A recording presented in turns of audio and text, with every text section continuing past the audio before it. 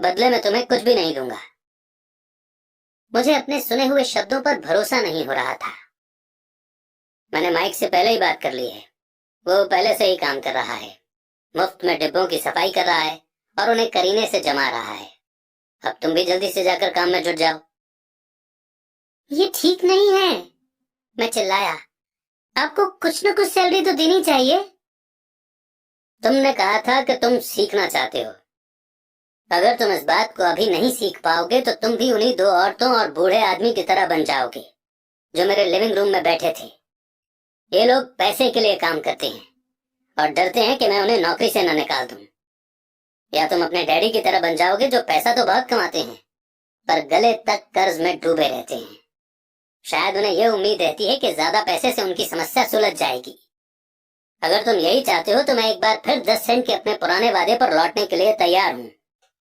या तुम वो कर सकते हो जो ज्यादातर लोग करते हैं, इस बारे में शिकायत करो कि सैलरी बहुत कम है और तुम ये नौकरी छोड़कर दूसरी नौकरी की तलाश शुरू कर दो। मेरी समझ में नहीं आ रहा है कि मैं क्या करूं, मैंने पूछा। अमीर डैडी ने अपने सिर पर उंगली रखी। इसका इस्तेमाल करो।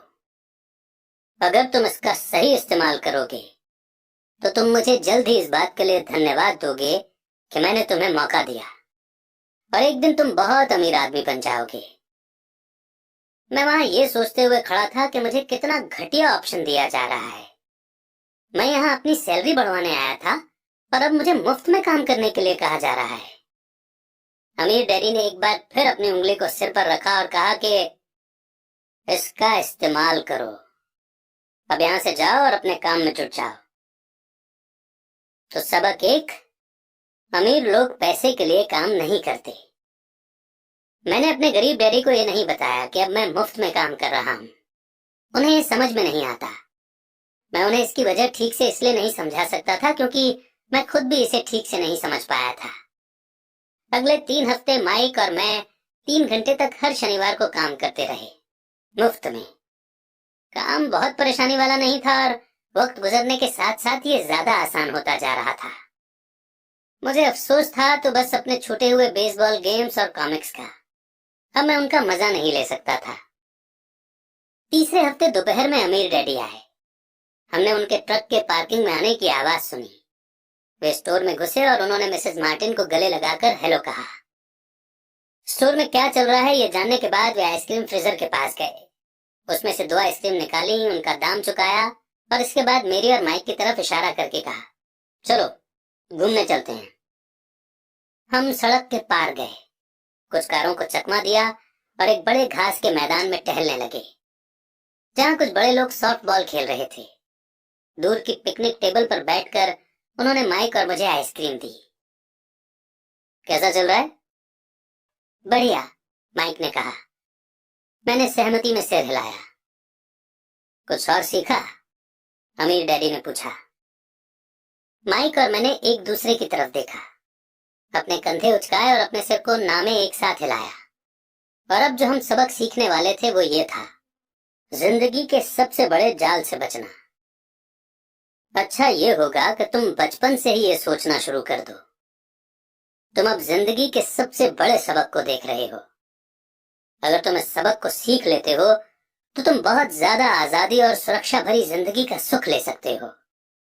अगर तुम ये सबक नहीं सीख पाते हो तो तुम भी मिसेस मार्टिन और इस पार्क में खेल रहे ज्यादातर लोगों की तरह ही बन जाओगे। वे बहुत ज्यादा मेहनत करते हैं पर उसके बदले में उन्हें बहुत कम पैसे मिलते हैं। वे नौकरी की सुरक्षा के मोह में फंसे रहते हैं। हर साल मिलने वाली 3 हफ्ते की छुट्टियों और 45 साल तक काम करते रहने के बाद मिलने वाली थोड़ी सी पेंशन का सपना देखते रहते हैं। अगर इस तरह की जिंदगी जीने में तुम्हें सुख मिलता है तो मैं तुम्हारी सैलरी बढ़ाकर 25 सेंट हर घंटा कर सकता हूँ। पर ये लोग अच्छे लोग हैं और मेहनती भी हैं, फिर आप उनका मजाक क्यों उड़ा रहे हैं? मैंने पूछा। अमीर डैडी के चेहरे पर मुस्कान आ गई। मिसेस मार्टिन मेरे लिए मेरी माँ जैसी हैं। मैं इतना कठोर नहीं हो सकता कि उनका मजाक उड़ाऊं। ये कठोर लगता जरूर है क्योंकि मैं तुम दोनों के सामने सिचुएशन साफ करना चाहता हूँ, और वो भी आसान शब्दों में।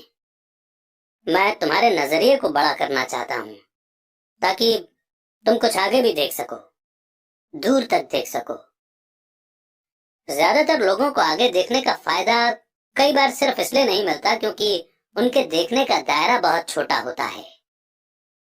ज्यादातर लोग जिस जाल में फंसे हुए हैं वे उसे देख ही नहीं पाते। माइक और मैं वहां पर सोचते हुए बैठे रहे, क्योंकि हम उनकी बातों का मतलब पूरी तरह से नहीं समझ सके थे। उनकी बातें सुनने में कठोर और कड़वी लग रही थी, पर हम ये भी जानते थे कि वे हमें कुछ सिखाने की काफी कोशिश कर रहे थे। मुस्कुराहट के साथ अमीर डैडी ने कहा, क्या 25 सेंट हर घंटे का ऑफर अच्छा नहीं लगा? क्या इससे दिल की धड़कन तेज नहीं हुई? मैंने अपना सिर ना में हिलाया, जबकि असल में ऐसा ही हुआ था। 1 घंटे काम के बदले 25 सेंट मेरे हिसाब से बहुत बढ़िया सौदा था। अच्छा, मैं तुम्हें 1 घंटे के $1 दूंगा, अमीर डैडी ने शरारत भरी मुस्कान के साथ कहा। अब मेरा दिल तूफान मेल की तरह दौड़ रहा था। मेरा दिमाग चीख चीख कर कह रहा था कि इनकी बात मान लो, मान लो। मुझे अपने कानों पर भरोसा नहीं हो रहा था, पर फिर भी मैं चुप रहा। अच्छा, $2 हर घंटे के? मुझे ऐसा लगा जैसे मेरे छोटे से 9 साल के पुराने दिमाग में किसी ने बम फोड़ दिया हो। 1956 में $2 हर घंटे की कमाई मुझे दुनिया का सबसे अमीर बच्चा बना देती। मैं इतना सारा पैसा कमाने की कल्पना भी नहीं कर सकता था। मैं हाँ कहना चाहता था, मैं सौदा पक्का करना चाहता था। मुझे नई साइकिल दिख रही थी, नए बेसबॉल के ग्लव्स दिख रहे थे। मेरे पास कड़क नोट देखकर मेरे दोस्तों की जलन और तारीफ भी मुझे साफ दिख रही थी। सबसे बड़ी बात तो ये थी कि जिम्मी और उसके अमीर दोस्त मुझे फिर कभी गरीब नहीं कह सकते थे।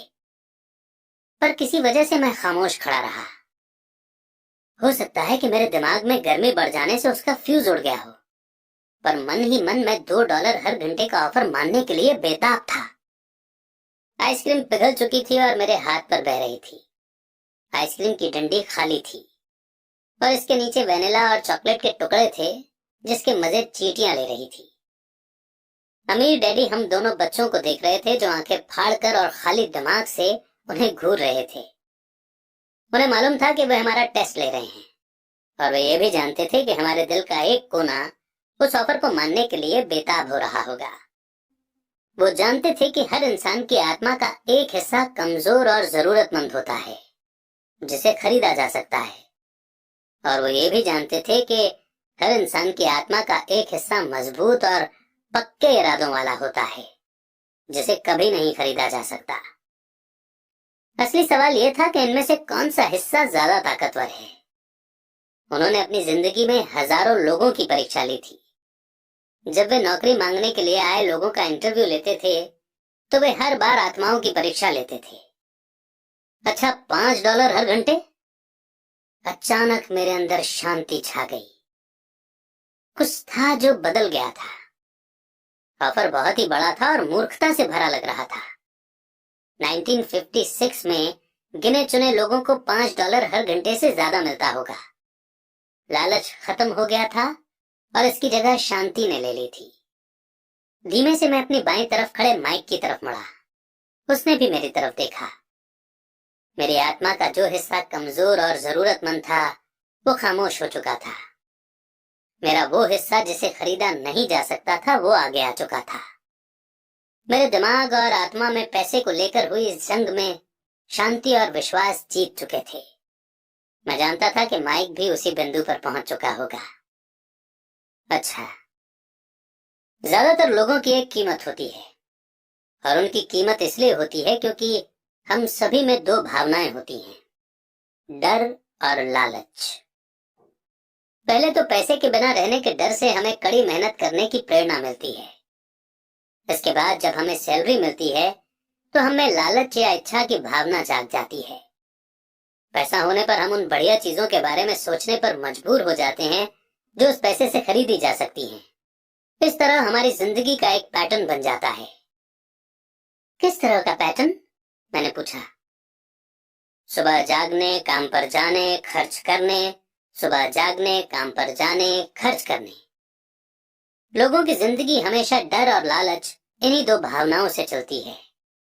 उन्हें अगर ज्यादा पैसा दे भी दें तो वे इस पैटर्न पर चलकर अपना खर्च बढ़ा लेंगे। इसी पैटर्न को मैं चूहा दौड़ यानी कि रैट रेस कहता हूं। क्या कोई दूसरा रास्ता भी है? माइक ने पूछा। हाँ, अमीर डैडी ने धीमे से कहा, पर इसे बहुत कम लोग खोज पाते हैं। और वो रास्ता क्या है? माइक ने पूछा। उसी रास्ते को तुम लोग काम करते हुए और मेरे साथ सीखते हुए खोज लोगे, मैं यही उम्मीद करता हूं। इसी कारण मैंने तुम्हें पैसे देना बंद कर दिया है। पर इस बारे में कोई हिंट तो दीजिए, माइक ने कहा। हम लोग मेहनत से काम करते करते थक चुके हैं, खासकर तब जब इसके बदले में हमें कुछ नहीं मिल रहा है। पहला कदम तो यह है कि तुम लोग सच बोलो, अमीर डैडी ने कहा। हम लोग झूठ नहीं बोल रहे हैं, मैंने कहा। मैंने कब कहा कि तुम लोग झूठ बोल रहे हो? मैं तो ये कह रहा हूं कि सच्ची बात कह देनी चाहिए, अमीर डैडी ने जवाब दिया। किस बारे में? मैंने पूछा। इस बारे में कि तुम लोगों को कैसा लग रहा है। तुम्हें ये किसी और से कहने की जरूरत नहीं है, सिर्फ अपने आप से सच बोलो। आपके कहने का मतलब यह है कि इस पार्क में मौजूद आपके लिए काम करने वाले लोग, मिसेस मार्टिन, ये सब लोग ऐसा नहीं करते। मुझे ऐसा ही लगता है। इसके बजाय उन्हें हमेशा पैसा नहीं होने का डर सताता रहता है। उस डर का सामना करने के बजाय, सोचने के बजाय, ये लोग सिर्फ रिएक्ट करते रहते हैं। इस दौरान वे दिल से काम लेते हैं, दिमाग से नहीं। अमीर डैडी ने अपने सिर पर उंगली ठोकते हुए कहा। फिर उनके हाथ में कुछ पैसे आ जाते हैं और उनमें खुशी, इच्छा और लालच की भावनाएं जाग जाती हैं। और एक बार फिर वे दिमाग से सोचने के बजाय दिल से काम करने लगते हैं। तो वे दिल से यानी अपनी भावनाओं से सोचते हैं, माइक ने कहा। बिल्कुल ठीक। वे इस बारे में सच नहीं बताते कि उन्हें कैसा लग रहा है।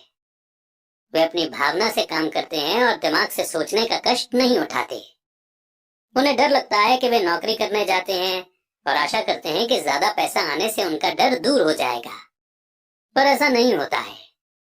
वही पुराना डर उन्हें फिर से सताने लगता है। वे फिर से नौकरी करने जाते हैं और फिर आशा करते हैं कि पैसा उनके डर को कम कर देगा, पर ऐसा नहीं होता। डर के कारण ही वे नौकरी के जाल में फंसे रहते हैं। पैसा कमाते हैं, काम करते हैं, पैसा कमाते हैं और आशा करते हैं कि डर से उनका पीछा छूट जाएगा।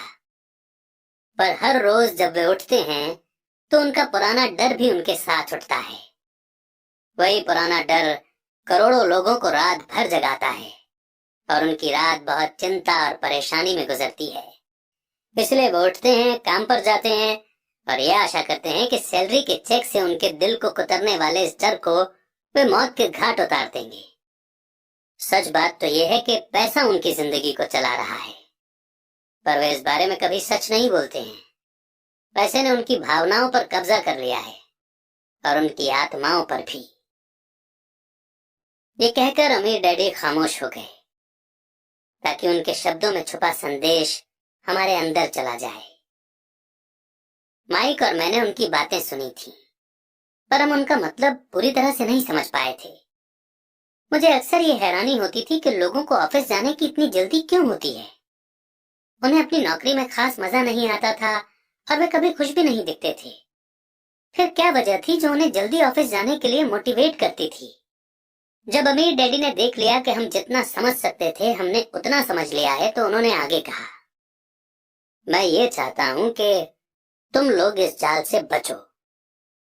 दरअसल मैं तुम्हें यही सिखाना चाहता हूं। मेरा मकसद तुम्हें सिर्फ अमीर बनना सिखाना नहीं है, क्योंकि अमीर बनने से समस्या नहीं सुलझेगी। अमीर बनने से समस्या नहीं सुलझेगी? मैंने आश्चर्य से पूछा। बिल्कुल नहीं। मुझे दूसरी भावना, इच्छा के बारे में अपनी बात पूरी करने दो। कुछ लोग इसे लालच कहते हैं, पर मैं इसे इच्छा कहना ज्यादा पसंद करता हूं। यह बुरा नहीं है कि हम किसी बेहतर, ज्यादा सुंदर, ज्यादा सुखद या रोमांचक चीज की इच्छा रखें। लोग इच्छा होने की वजह से भी पैसे के लिए काम करते हैं। उन्हें सुख के लिए भी पैसों की जरूरत होती है, क्योंकि वे मानते हैं कि पैसे से सुख खरीदा जा सकता है। पर पैसा जो खुशी देता है वो अक्सर पल भर की होती है। उन्हें ज्यादा खुशी, ज्यादा आनंद, ज्यादा आराम या ज्यादा सुरक्षा हासिल करने के लिए और ज्यादा पैसे की जरूरत होती है। इसीलिए वे काम करते